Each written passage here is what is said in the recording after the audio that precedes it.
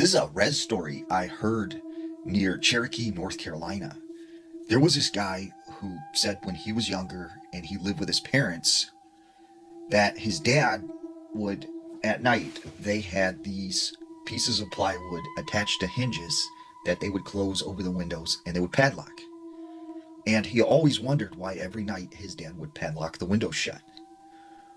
Well, one day he decided to ask his father, and he said, "Father, why do you lock the windows at night? Like, what are you trying to keep out?" And his dad just looks at him and says, "You don't ask about that. We don't talk about it.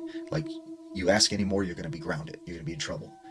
And he was like, surprised that his dad was so angry when he'd asked that question. And so he always wondered in the back of his mind, like, what was he trying to keep out of the house? Well, one night he is in his bedroom and he's having trouble sleeping. And he looks over at his alarm clock and it's exactly 3:03 a.m. And he starts hearing,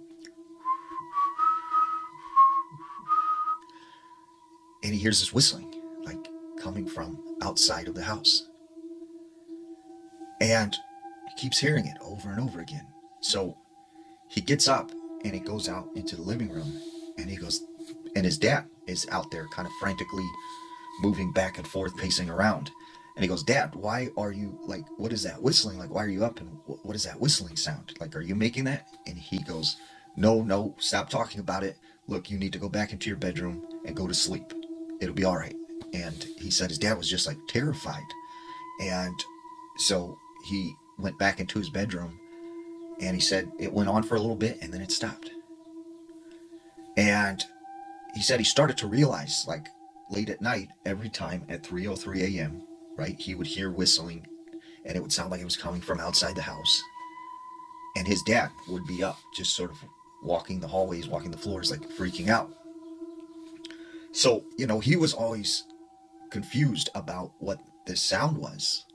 So one day he goes over to the neighbor's house and he goes, "At night we hear this whistling sound and it happens every night, at the same time. Like, do you know anything about it? Do you hear the whistling?" And he said, the neighbor said, "You need to go home right now." Like, and his neighbor wouldn't talk about it and was like creeped out and like instantly like went inside his house. So he kept trying to get it out of people in town. Like, does anybody know about like this whistling sounds that happen at night? Like, do you know what that is? No one would talk about it. So one night he is like hanging out with his brother in his bedroom, and they decided they were going to kind of stay up late telling some scary stories. Well, uh, at like 3:03 in the morning, they hear, and they hear the whistling. And he tells his brother, like, "You hear that?" And he's like, "Yeah." And he's like, "Every morning I hear that at like 3:03, and like dad freaks out and stuff." And his brother's like, "Well, why don't you just like try and open one of the windows up and see if you could get the key, unlock the padlock, and look out the window?" And he's like, "What? No, are you kidding? Like, dad would freak out. Dad would freak out." And his brother's like, "Well, if you're not brave enough, I'll go do it." So he said his brother like snuck out into his parents' bedroom and got like his dad's keys and went over to one of the windows, unlocked it, and then moved the plywood away from the window. And when he looked out the window, he sort of just jumped back and he turned around and had just this look of dread on his face. And he didn't talk, he didn't say anything. And so he kept asking his brother, like, "What did you see? What did you see?" And his brother wouldn't say anything. And his brother's like, I'm going to go to bed."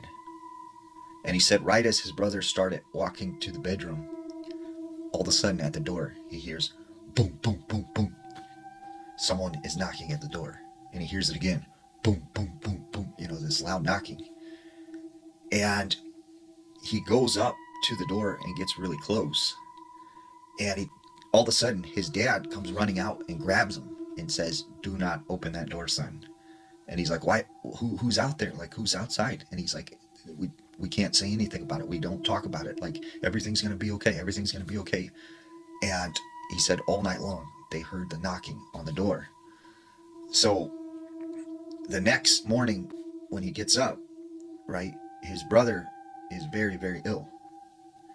And it's like his brother just got worse and worse, and then eventually passed away. And he said he always attributed his brother what he had seen out of that window, like maybe that is what was the cause of what happened to him. And he said still to this day his father will not talk about it, what was outside the house. I wanted to talk about those two men who disappeared in Washington looking for Bigfoot and then ultimately were found deceased. um, our condolences go out to their family, and it really was tragic. Now, what they are reporting is that these two men went out into the woods to look for Bigfoot. They were ill prepared and there was bad weather, so they must have gotten lost and succumbed to the elements. However, I don't know if I necessarily believe that, because these men seemed to know what they were doing. They had been to this area before, they seemed like they searched for Bigfoot, so that seems a little weird to me. The other crazy thing is that in this exact same area, it is known as Bigfoot Alley. The most Bigfoot sightings in the United States and the world are reported in this area. Not only that, there have been so many strange disappearances in this same exact area. There's a case that rings a bell to me, right? In 2023, there was this older woman named Susan Fournier. She goes out to the same exact area with her two large breed dogs. Okay, she parks her car, they get out, they go for a hike. She never returns. For a week, they search for her. Eventually, they find her and the two dogs deceased. It was brutal. It was really bad. And they did end up charging the husband. And it's still like an ongoing investigation. But there were several people who believed it had to do with something attributed to Bigfoot in the area. The craziest case, though, in this area is the family of the Martins. Okay, you have this family of five, a husband and wife and their three daughters, right? They go out in 1950s. They go out to this exact same area looking for Christmas decorations, okay? But they never returned. And for weeks and weeks, they searched this area. They couldn't find these five people or their vehicle. Their vehicle like completely disappeared. So eventually, two of them were found, and they had no idea what had happened to them. They still cannot figure out what exactly happened, where the other three people are, or where the car is. They never found the vehicle. And there have been several theories, like they may have driven off the bridge into the Columbia River. However, the vehicle was never found, and I believe two of the five were found a good distance away from any kind of water source. So when you look at the history of this area and what happens, and you talk to some of the locals, they will tell you the crazy, scary stories that happen with these Bigfoot sightings in this area. So I'm curious, what do you think? Do you think maybe Bigfoot might have been involved, or do you think it was just simply a case of they went out in bad weather and were ill prepared and succumbed to the elements?